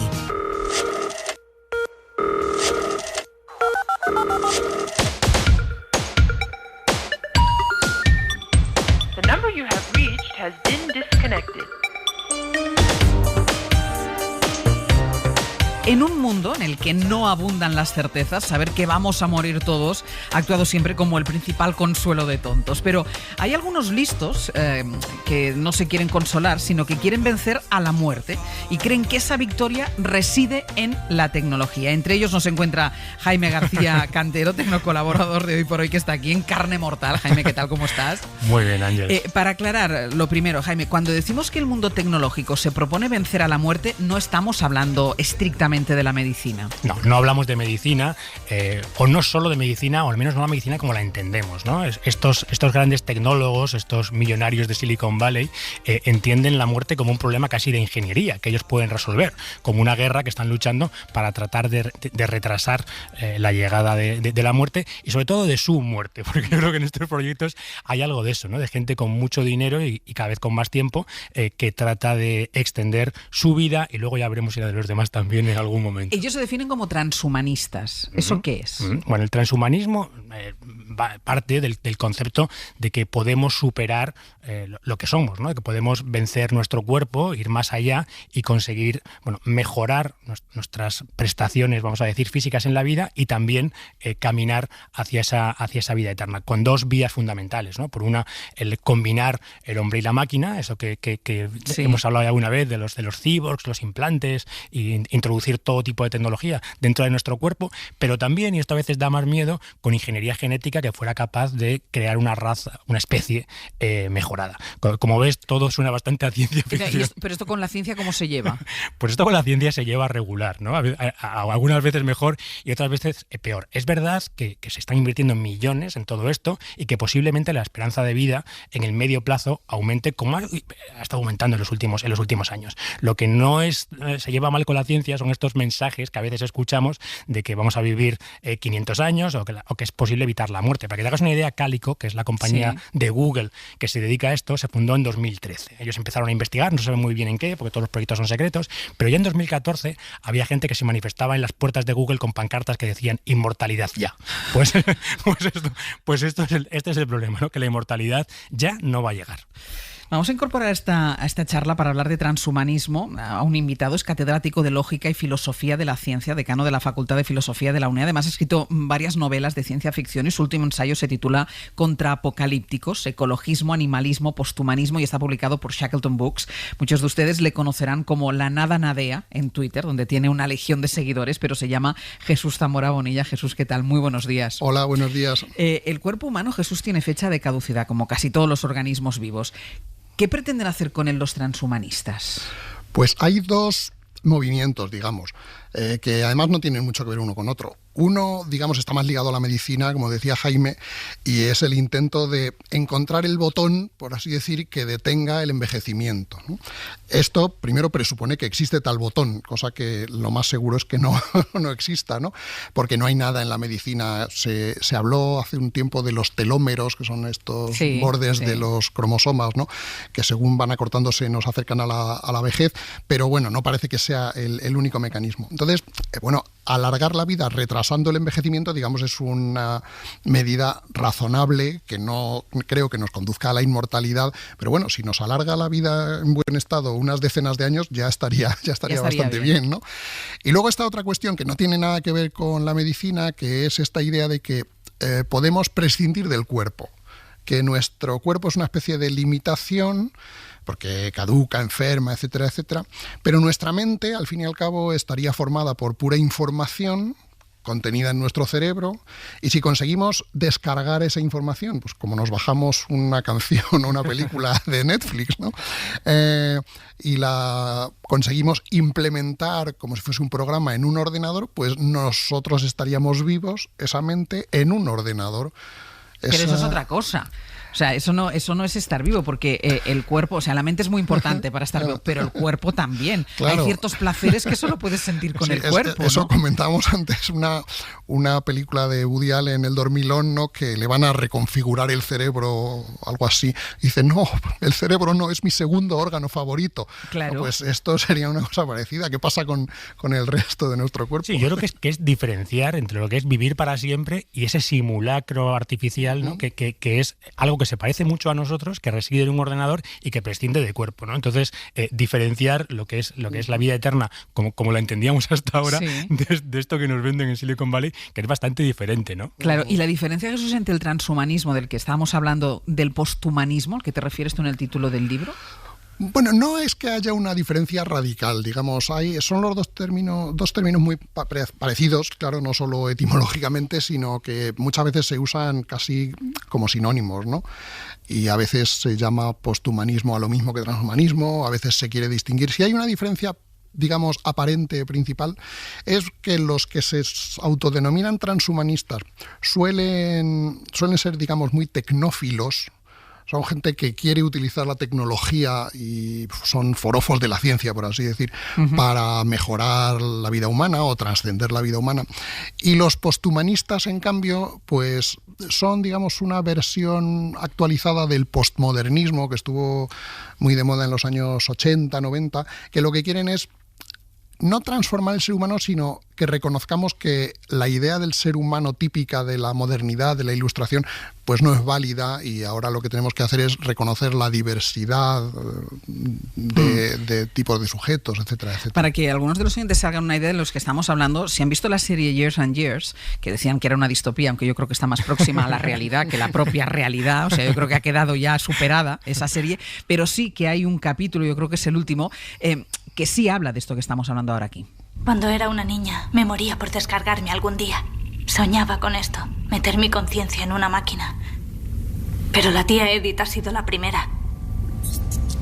Codificada en moléculas de agua, serás una nueva forma de vida. Si funciona. Funcionará. Según los médicos, hoy voy a morir, pero voy a escapar. No estamos seguros del todo. Podemos descargar tus recuerdos como información, pero que la conciencia sobreviva. Que sigas existiendo como Edith ahí dentro. Aún no lo sabemos. Debo seguir viviendo, porque quiero ver los próximos 10 años, los próximos 100, los próximos 1000. Claro, el resto de la serie, que todo el mundo decía que era una distopía, yo creo que está superada por la realidad y más que la vamos a superar, pero este capítulo sí que dices, bueno, esto sí que a lo mejor todavía no. ¿Esta fantasía tiene algún viso de hacerse realidad? Pues yo me temo que no, que hay dificultades tecnológicas y científicas insuperables, ¿no?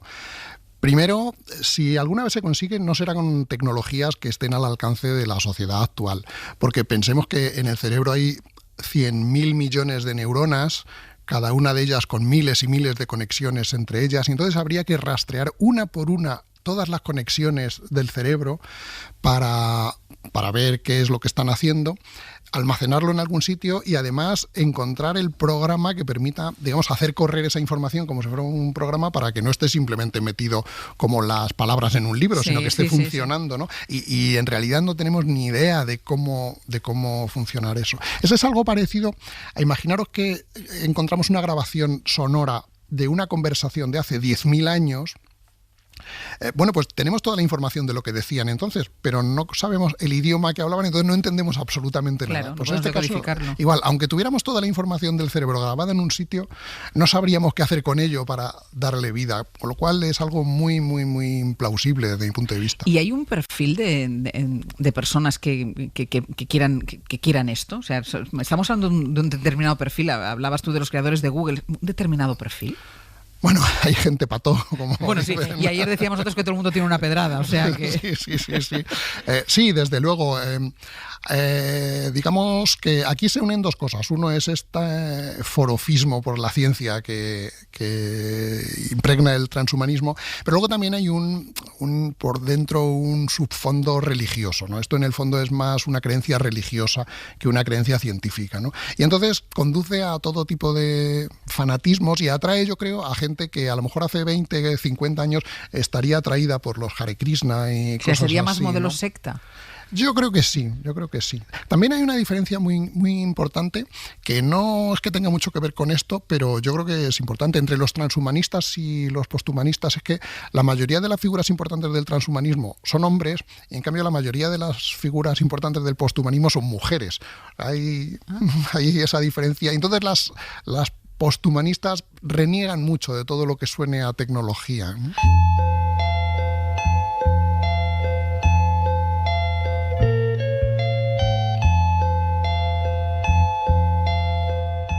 11:35 de la mañana, 10:35 en Canarias. Todavía unos minutitos más para seguir hablando de transhumanismo con Jaime García Cantero y con Jesús Zamora, catedrático de Lógica y Filosofía, que por cierto, Jaime, yo decía lo de Years and Years y tú me recordabas Black Mirror. Sí, Black Mirror, que también fallece el marido y con gracias a una aplicación puede retornar, pero claro, no vuelve el marido, vuelve lo que el marido era, sino lo que el marido decía que era. Entonces vuelve un señor que es mucho mejor amante, es mucho más cariñoso y mucho mejor en todo. Entonces también esta claro, Jesús, visión. Este es otro tema, ¿no?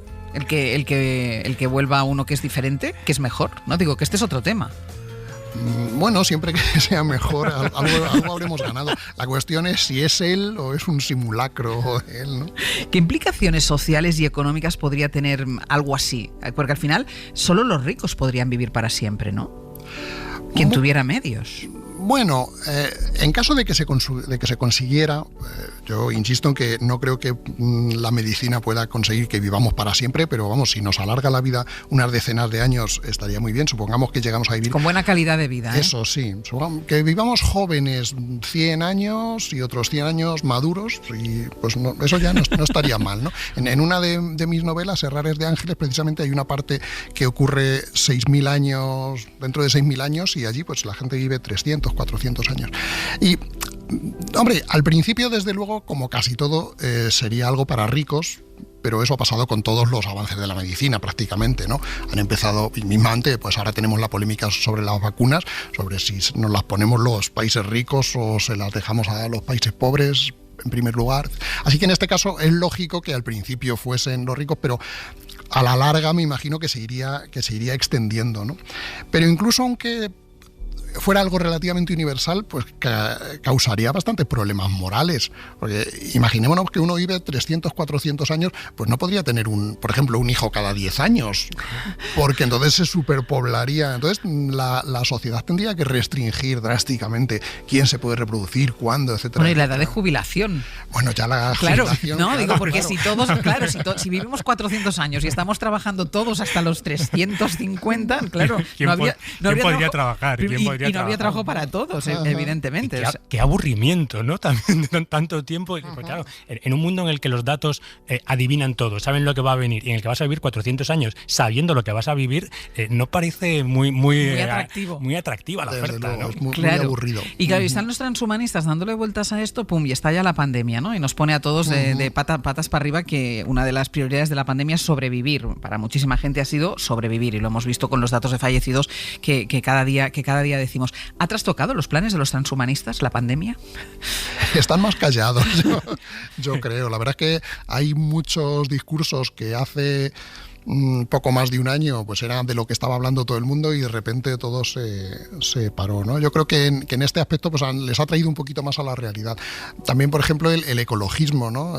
Bueno, no el ecologismo en general, pero los movimientos más como extinción y cosas así, diciendo que nos íbamos a morir, pues estos también parece que una vez que han visto que sí, que estábamos casi a punto de morirnos, han dejado de preocuparse de lo que les preocupaba, del tipo de muerte que les preocupaba. Hablábamos muchísimo antes de la pandemia del Homo Deus de Harari, ¿no? Que todo el mundo leía, de ese hombre todopoderoso que vencía a la naturaleza y también a la muerte. Yo creo que la primera víctima de la pandemia fue el Homo Deus de Harari, ¿no? ¿Dónde está el Homo Deus con estas cifras y con esto que estamos viendo, ¿no? Yo creo que algo ha cambiado en todo eso y ojalá para mejor, ¿no? Que la tecnología a lo mejor no sirve para alargar tanto la vida, pero sirve para mejorar la que tenemos. Ojalá para mejorar la calidad de vida que tenemos. Para los que nos están escuchando y que a lo mejor algunos de ellos han escuchado por primera vez esa palabra de transhumanismo y estas cosas que estamos contando, ¿no? Más allá de que insisto que seguro que muchos han visto el capítulo de Black Mirror o el de Years and Years, ¿estamos hablando de ciencia ficción? Bueno, es un movimiento muy amplio y hay de todo, ¿no? Hay, digamos que lo más espectacular, lo más famoso, lo que suele salir en los medios de comunicación es en general sí que tienen más de ciencia ficción que de ciencia y de filosofía, ¿no? Está esta cuestión de la inmortalidad a través de la informática, pero está también la cuestión de lo que llaman la singularidad, que es otro tipo de... Esto casi es lo contrario, porque es cómo nos va a matar la tecnología, más que cómo nos va a hacer inmortales, ¿no? Esto de la singularidad es la idea de que de repente los ordenadores se van a hacer tan potentes que van a ser mucho más inteligentes que nosotros y entonces pues nosotros no vamos a poder hacer nada frente a ellos y ellos se van a hacer los amos del mundo. Claro, en ese caso a los ordenadores seguramente no les va a interesar que nosotros seamos inmortales, lo que querrán será prescindir de nosotros. Pero también es ciencia ficción. Sí, luego todos los problemas éticos también que esto supondría, si hemos tenido en marcha el Comité de Bioética para el orden de las vacunaciones, ¿no? Claro.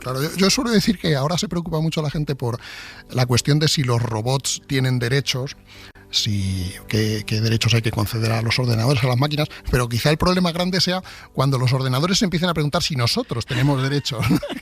Y a lo mejor llegan a la conclusión de que no, que hay un cuento muy conocido de la ciencia ficción, ¿no? De que se crea ese supercomputador, esa singularidad, y se va a hacer la gran pregunta, ¿no? Y la gran pregunta es si Dios existe, y el supercomputador contesta ahora sí, ¿no? Pues entonces, en un entorno como ese hay muchas cosas que reflexionar. Jesús Zamora Bonilla, contra apocalípticos, ecologismo, animalismo, posthumanismo. Estreno libro, muchísimas gracias por haber estado con nosotros. Gracias a vosotros, encantado. Jesús, Jaime, hasta la semana que viene. Hasta la semana que viene, Ángeles.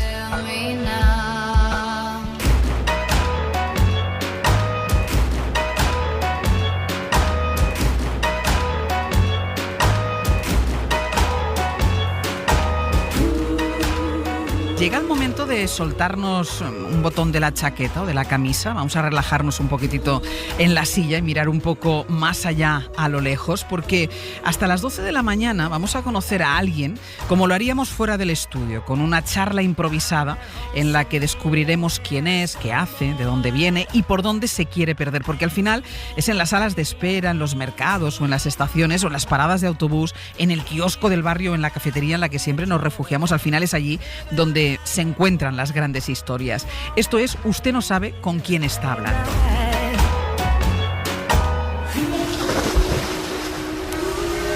A nuestro invitado hoy le encontraremos en la piscina, donde 3 días a la semana arranca la mañana bajo el agua. Durante 1 hora y media, con movimientos repetitivos, sincronizados, se concentra y conecta consigo mismo. El agua ayuda a que todo fluya, puede ser una buena forma de empezar una jornada y, por qué no, también una charla, eso sí, ya fuera del agua.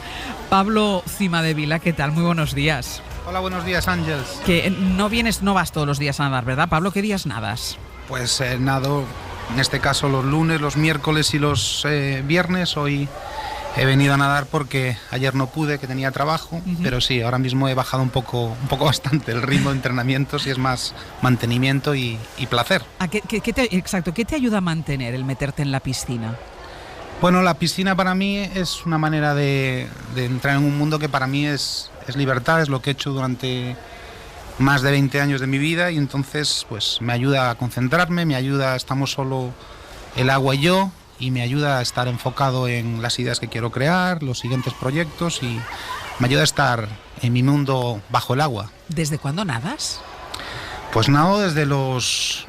Es que ahí ya tendríamos que entrar en ¿por qué nado? ¿Por qué nadas y desde cuándo nadas? Pues empecé a nadar, aprendí a nadar a raíz de que me atropelló un coche, y aprendí a nadar ya estando en silla de ruedas, y a partir de los 11 años empecé a entrenar casi a diario, y bueno, ahí empezó mi carrera como deportista paralímpico hace ya más de 20 años. Por eso empecé a nadar para ser un poco más libre de mi silla de ruedas. Cuando empezaste a nadar, ¿te servía para eso, para desatarte de la silla de ruedas? Era una manera de... Estamos hablando hace 20 años ya. ¿Cuántos tienes ahora? Tengo 42, 20 años nadando, pero casi 30 y pico desde que estoy en silla de ruedas. Pero el hecho de no estar en la silla de ruedas durante un par de horas al día hace que la gente, pues, que tu entorno te normalice, ¿no? No existe esa barrera visual y física que puede provocar el hecho de ver una persona en silla de ruedas, ¿no? Y para mí eso, al margen del tema de la salud, ¿no? Sentirte bien contigo mismo, lo que para todos es positivo al practicar deporte, a mí además me suma el hecho de esa libertad, como lo llamamos, ¿no? ¿Recuerdas el primer día que sentiste esta sensación de libertad? Sí, como digo, yo ya aprendí a nadar estando en silla de ruedas en Toledo, y sí es una sensación especial. Sí lo recuerdo porque cuando te pasas todo el día sentado y de repente te metes en el agua y la gravedad te ayuda en vez de perjudicarte, pues es una sensación muy, muy especial. ¿Cuántas medallas sumaste a tu carrera deportiva? Pues si nos quedamos solo con las paralímpicas serían 5 medallas. Pues si tengo que decirte todas las que tengo entre campeonatos de Europa, del mundo, de España, pues tendría que decirle a mi madre que cuente todos los cuadros que tiene por casa. Iba a decir, ¿dónde las tienes? Las tiene mi madre y mis padres en su casa, y yo no quiero tener... Eso es parte de mi pasado, un pasado maravilloso, pero no las quiero llevar conmigo. ¿Pero por qué, si es un pasado maravilloso? Bueno, porque yo soy una persona que piensa siempre en el futuro, y esa es una etapa muy bonita de mi vida. He aprendido mucho, cosas que sigo aplicando hoy en día, son hábitos que adquirí durante mi etapa de deporte, y también es un buen recuerdo. Yo creo que si algo lo ganas... Yo vivía con mis padres cuando gané todas esas medallas. Si lo gané viviendo con mis padres, creo que pertenece a mis padres. Es de ellos. Ahora ya no te dedicas a eso. ¿A qué te dedicas? Pues me dedico a lo que me he dedicado también durante los últimos 20 años, que es al diseño y fabricación de joyas, y comunicar todo este arte a través de mis redes sociales, canal de YouTube, Instagram y demás. A ver, ¿cómo es eso? Un joyero con canal de YouTube, que es así, ¿no? Un joyero con canal de YouTube. Sí, un youtuber con joyero. Es gracioso porque cuando yo siempre he compaginado el deporte con mi profesión, y cuando nadaba, iba a una competición y decía que era joyero, pues le sorprendía, y cuando mis clientes se enteraban de que nadaba, pues también les sorprendía. Entonces, ¿tú que eres nadador? ¿Eres joyero? Digo, bueno, yo soy Pablo y tengo muchas facetas, y las he ido compaginando porque yo sabía que el deporte tiene una vida corta, y yo quería poder seguir creciendo y poder hacer cosas que realmente me gustasen también, al margen del deporte. ¿Y de dónde nace ese gusto por la joyería? Me has explicado de dónde nace el placer de la piscina, pero ¿el gusto por la joyería? La joyería, yo creo que todo, al final somos el resultado de las experiencias que llevamos viviendo, ¿no? Cuando a mí me atropelló el coche con 4 años, aunque estuve con mi familia, con mi madre, con mis padres, al final pasas muchas horas solo. Pasas muchas horas en un mundo de adultos en Toledo, en el Hospital Nacional de Parapléjicos. ¿Cuánto tiempo estuviste ahí? Allí estuve 1 año ingresado después del accidente. Entonces al final pasas muchas horas, ¿no? Aprendes, maduras mucho más rápido. No tienes la vida de un niño de 4 años normal, ¿no? Entonces yo creo que todas esas horas que pases solo, si tu naturaleza, digamos, es creativa, pues hace que esa creatividad pues busque salidas, ¿no? Busque la manera de estar entretenido y crear ese mundo que un niño en 4 años necesita, ¿no? Entonces yo pasaba muchas horas... ¿Te gustaban las manualidades? Sí, completamente. El hacer cosas con plastilina, marquetería, absolutamente de todo, los Legos, el Mecano, el mejor juguete que me han regalado siempre. Es difícil ahora decirle a un niño lo que es un Mecano, ¿no? Sí. Si le sacas de la PlayStation... Deberían saberlo, deberían saberlo, que es muy importante. Pero ¿cómo pasas de la plastilina del Mecano a la joyería? Bueno, pues digamos que es como una transición natural. Empieza siendo un juego esa creatividad y después estudias y cuando llega el momento de elegir qué quieres ser de mayor, pues yo quería ser arquitecto, pero me faltaba, digamos, la parte de trabajar con mis manos, de todas esas conexiones cerebrales que había desarrollado durante tantos años y mi creatividad, pues cómo plasmarla, ¿no? Al final los arquitectos sí son creativos, pero no fabrican con sus manos, ¿no? Descubrí la joyería por casualidad, como tantas cosas en la vida, a través de unos amigos de mi madre que tenían un taller de joyería. Y me fascinó el fuego, me fascinó el fundir metales, el poder crear desde el principio hasta el final una pieza, y después también el hecho de que no existe ningún tipo de problema a la hora de crear una pieza de joyería estando en silla de ruedas, porque las joyas hasta ahora que yo sepa se hacen con las manos. ¿Te has formado en algún sitio? ¿Has estudiado? Estudié... Para ser joyero, digo. Sí, estudié en Maestro Mateo, en Santiago de Compostela. Estudié, es un ciclo superior, no es en la universidad todavía, en el Reino Unido sí, pero en España es un ciclo superior. Estudié 2 años y 1 año de proyecto y después monté mi empresa y sigo estudiando a día de hoy, 20 años después.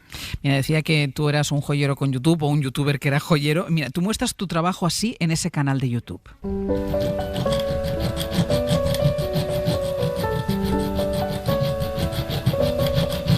Sobre todo sonidos. ¿Esto que suena qué es? Pues eso es una segueta. Es una sierra de joyería que se le llama segueta y es para cortar metales. No lo estoy viendo, pero bueno. Lo conoces. Yo tampoco lo estoy viendo, es solo el sonido, por eso te preguntaba. Hay vídeos que tienen 50 millones de visualizaciones. ¿Por qué enseñas los trucos creando joyas? Bueno, porque cuando hay magia no necesitas trucos. Yo no considero que sea ningún truco. Es mi profesión. Es por lo que siento pasión cada día, es con lo que me despierto y con lo que me acuesto, y creo que es bonito compartirlo y poner en valor las historias que hay detrás de cada joya. ¿Y por qué crees que tiene tantos seguidores? Es que me llama muchísimo la atención. Pues lo acabas de responder. Te llama muchísimo la atención. La frase más recurrente cuando saben a lo que me dedico la gente es qué bonito. Pero con un bonito... como decimos los gallegos, ¿no? Cantando, ¿no? ¡Qué bonito! Pues la joyería es bonita, es algo que nos rodea cada día, es algo que en algún momento de nuestras vidas lo vamos a necesitar para pues unas alianzas, un anillo de pedida, la medalla de la primera comunión. Estamos rodeados de joyas sin darnos cuenta y no sabemos cómo se hacen. Entonces el hecho de que un joyero muestre su trabajo y sus trucos, para mí es mi trabajo, no hay un truco ni hay un secreto, es la pasión por lo que haces. ¿Y los fallos o los errores no los muestras o no los tienes? A lo mejor eres muy, muy seguro en tu trabajo. Después de 20 años, sinceramente no hay fallos ya. Los fallos empiezan con el aprendizaje, ¿no? Tras estudiar, pues recuerdo la primera sortija que hice, que se la hice al carpintero que hizo la obra de reforma del local donde estoy, y tenía una esmeralda para su mujer y claro, que el primer trabajo sea en gastar una esmeralda, que es una de las piedras más frágiles, pues es como que te tiembla absolutamente todo, pero te acabas acostumbrando en el buen sentido, te acabas acostumbrando a manejar y a utilizar metales nobles, a utilizar piedras de mucho valor, y los errores poco a poco, a los 5 años tienes menos errores, a los 10 años tienes menos errores, y a los 20 años estoy en un momento en el que simplemente disfruto de cada trabajo.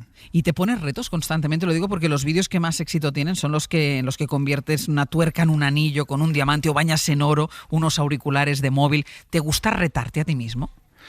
Sí, creo que es parte, como decía antes, es parte de mi naturaleza, ¿no? Al estar acostumbrado desde muy niño a superarme, tanto en la piscina como en la vida, el ponerme retos es una manera de mantenerme motivado en mi profesión, y también el hecho de poder acercar el mundo de la joyería y desmitificarlo y que la gente entienda que realmente con 2 tuercas, ese vídeo de las 2 tuercas que tiene casi 100 millones de visitas en YouTube y fue uno de los vídeos más vistos en 2019 en todo YouTube, ese vídeo muestra cómo se puede hacer arte con 2 tuercas, que es algo como muy común, que todos conocemos, ¿no? Luego la satisfacción del cliente, del que lo recibe. Mira, vamos a escuchar a 2 novios que diseñaron y crearon sus alianzas con las joyas de su familia. Traemos de las 2 partes de la familia, traigo de mi padre 2 eslabones del reloj que llevaba él todos los días. Pero mi padre hace 2 años y medio que ya no está con nosotros, entonces para mí es muy importante llevar un cachito de algo que llevaba él siempre en mi alianza. Bueno, yo traigo un poquito de la gente importante, o que considero yo importante de la familia. Llevaron a tu taller pequeñas piezas de oro de su familia, las fundisteis, ellos hicieron sus alianzas. Para dar forma a una joya es importante conocer o hacer partícipes a las personas que te la encargan. Está claro, la joyería, hay muchas cosas que necesitas conocer del cliente, al margen de sus gustos. Cuando quieres plasmar las emociones en esa pieza, necesitas saber también un poco de su vida, necesitas saber qué es lo que quieren plasmar en esa pieza. En este caso, esta pareja del País Vasco, majísimos, pues tenían oro tanto de su madre como de sus padres y querían plasmarlo en esas alianzas, ¿no? Qué bonito es el poder tener en tus alianzas parte de ese oro que han llevado, en este caso, sus padres, ¿no? Yo la pieza de joyería que más cariño le tengo es la alianza de bodas de mi abuelo, que es de 1927. Imagínate. Estamos hablando... Es posible que los objetos con más antigüedad que la gente tenga en su casa sean joyas de sus abuelos, de sus madres, es algo que no tiene... Yo llevo en mi mano derecha la alianza de mi madre. Pues para que veas. Pablo Cimadevila, creador de Joyas Kamikaze, ha sido un placer conocerte. Muchísimas gracias y muchísima suerte. Gracias a vosotros. Un beso. Ángeles. Un beso, chao. En la cadena SER, Hoy por Hoy, con Ángeles Barceló. Tengo el detalle de camuflar tu apellido y quien lo quiera adivinar, que lo adivine para nombrar a quien estoy agradecido. Pongamos que hablo de Martínez. Cuota Drexler de la semana, ¿suena esta canción? ¿Por qué suena esta canción? Bueno, suena esta canción por Martínez, no por Sabina, que sí, en realidad por Sabina, porque Drexler le dedicó esta canción a Sabina, pero refiriéndose a su otro apellido, a Martínez. Ah, no sabía yo que Sabina se llamaba Martínez. Pues sí, yo tampoco, pero me lo he descubierto en Ausle, que es una máquina Martínez para estas Sabina, cosas. Que si llega a llamarse Joaquín Martínez, a lo mejor vende solo un disco. Ya, pero ¿cómo se llama Joaquín Sabina? No creo, hombre, no creo. Y hemos aprovechado para hablar de apellidos hoy en la última. ¿Por qué de apellidos? Pues yo, por ejemplo, me he acordado de que envidio profundamente a los compañeros de Madrid, porque siempre cuando dan paso a las pantallas de Madrid, al tráfico de Madrid, siempre dan paso al compañero Jesús Matsuki. Entonces, a mí siempre me encantaría decir, centro de pantallas de Madrid, Jesús Matsuki. Es bonito, ¿eh? Que lleva toda la vida, además. Matsuki es guay, ¿eh? Sí, yo envidio los apellidos bonitos, Sí. lo Es tengo muy que guay. decir. Llevo un aristócrata en mi interior y lo de Cruz García lo llevo Cruz García. Sí. La verdad es que malamente. Me parece una sosada. A mí me gusta mucho de este equipo, Vítores. Sí. Pues es un orgasmo de optimismo. Es un poco excesivo, ¿no? No, me encanta Vítores. Y me gusta mucho Usle. Usle es muy bonito. Usle es muy bonito. Muy elegante. Me lo cambio. Con Castro no voy a ninguna parte porque ese sería el García un poco de los gallegos. Sí. Y Salillas, bueno, tira que va. ¿Y Barcelona te gusta? Barcelona me gusta mucho porque Es tú muy tienes como universal. la juerga, Barcelona, ¿no? Que suena como a fiesta, y luego Suárez como la transición. La democracia. La cosa densa. Además, somos muy de llamarnos por el apellido en este programa. Sí. Sí. Suerte que nos llamamos por el primero. Por el primer apellido. Oye, ¿cuál es el segundo tuyo? No, yo este tema estoy para escuchar. Yo he venido de oyente. La cebolla puede entrar en la cebolla es uno de Bueno, los ¿sabéis ingredientes qué? Pues imprescindibles sí, de la lo voy a paella, ¿no? decir, sastre cebolla, pero en fin, mi Sastre madre cebolla. siempre tenía la obsesión conmigo de por qué yo renegaba de mi segundo apellido. Pues hombre, pues porque no te presenta una infancia así fácil de entrada. Luego ya lo superas, te ríes. Y bien, contesta bien. lo que dice Sara, ¿la cebolla entra en la paella? Sí, ¿no? Mira, no voy, o sea, en los apellidos ya entro en el cebolla? tema. En el tema de la paella sabéis que soy un intransigente en eso porque es que planteáis unas cosas inasumibles. ¿Y tú eres rubio qué más? Rubio Miguel, me ha creado muchos problemas. ¿Ah, Rubio Miguel? Sí. A mí lo bueno que tiene mi nombre y mi apellido que se pueden traducir a todos los idiomas. Por ejemplo, en catalán sería Pep Ros Miquel. O Josep. Qué guay. O como me No dice hagas Corona, acentos. Joseph No, Blond. No hagas acentos, porque luego viajamos, vamos a los sitios con los acentos y, ¿Y si tenemos, fueras, y Pepe, tenemos un problema. Rubio Moreno? Rubio Moreno.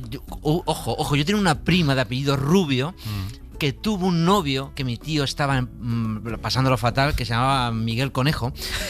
Y imagina el drama que había en esa familia. Menos mal que, cortaron. No, Conejo Rubio. Conejo Rubio. Sí. Hubo un drama en esa familia hasta que aquella... Pero ¿cómo no lo va a ver? Hombre, claro. Imagínate la fusión.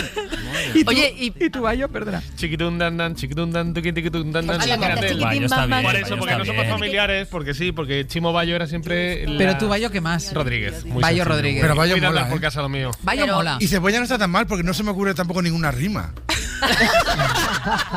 Perdona, ¿hablas con quién? ¿Con quién hablas? ¿Qué ibas a decir, Sara? Que Bayo la ha cantado fatal, que le tengo que enseñar a cantar. Porque no somos familiares.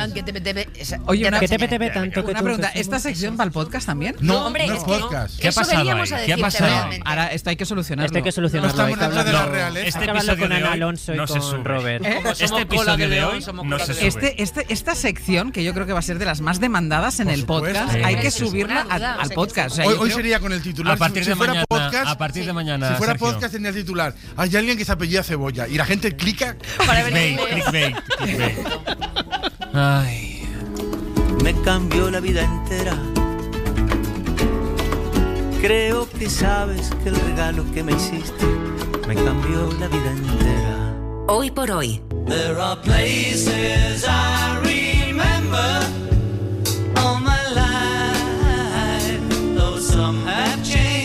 Ahora sí que vamos terminando ya, Sara Vítores, que de momento hoy nadie nos ha interrumpido este final de programa. Sara Vítores, rápido, antes de que nos interrumpan. Corriendo, interesantísima ha sido la charla que hemos tenido con Jesús Zamora Bonilla, que es catedrático de Lógica y Filosofía de la Ciencia, porque con él hemos hablado de un concepto que es el transhumanismo y de cómo el mundo tecnológico se propone vencer a la muerte. Otra cuestión que no tiene nada que ver con la medicina, que es esta idea de que podemos prescindir del cuerpo, que nuestro cuerpo es una especie de limitación porque caduca, enferma, etcétera, etcétera, pero nuestra mente, al fin y al cabo, estaría formada por pura información contenida en nuestro cerebro, y si conseguimos descargar esa información, pues como nos bajamos una canción o una película de Netflix, ¿no?, y la conseguimos implementar como si fuese un programa en un ordenador, pues nosotros estaríamos vivos, esa mente, en un ordenador.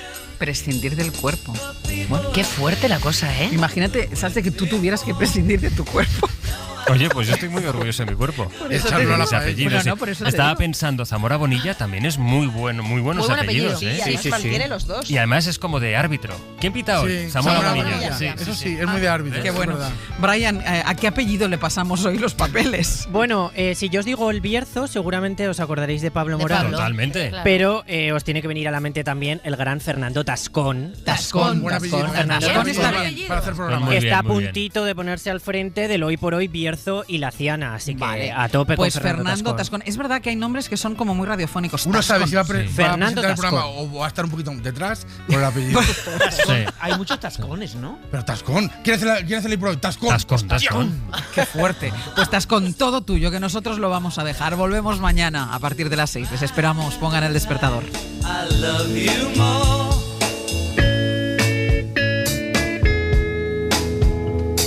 In my life, I love you more.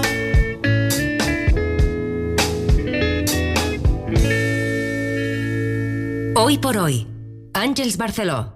Suscríbete a Hoy por Hoy. Todos los episodios y contenidos adicionales en la app de Cadena SER y en nuestros canales de Apple Podcast, Spotify, iVoox, Google Podcast y YouTube.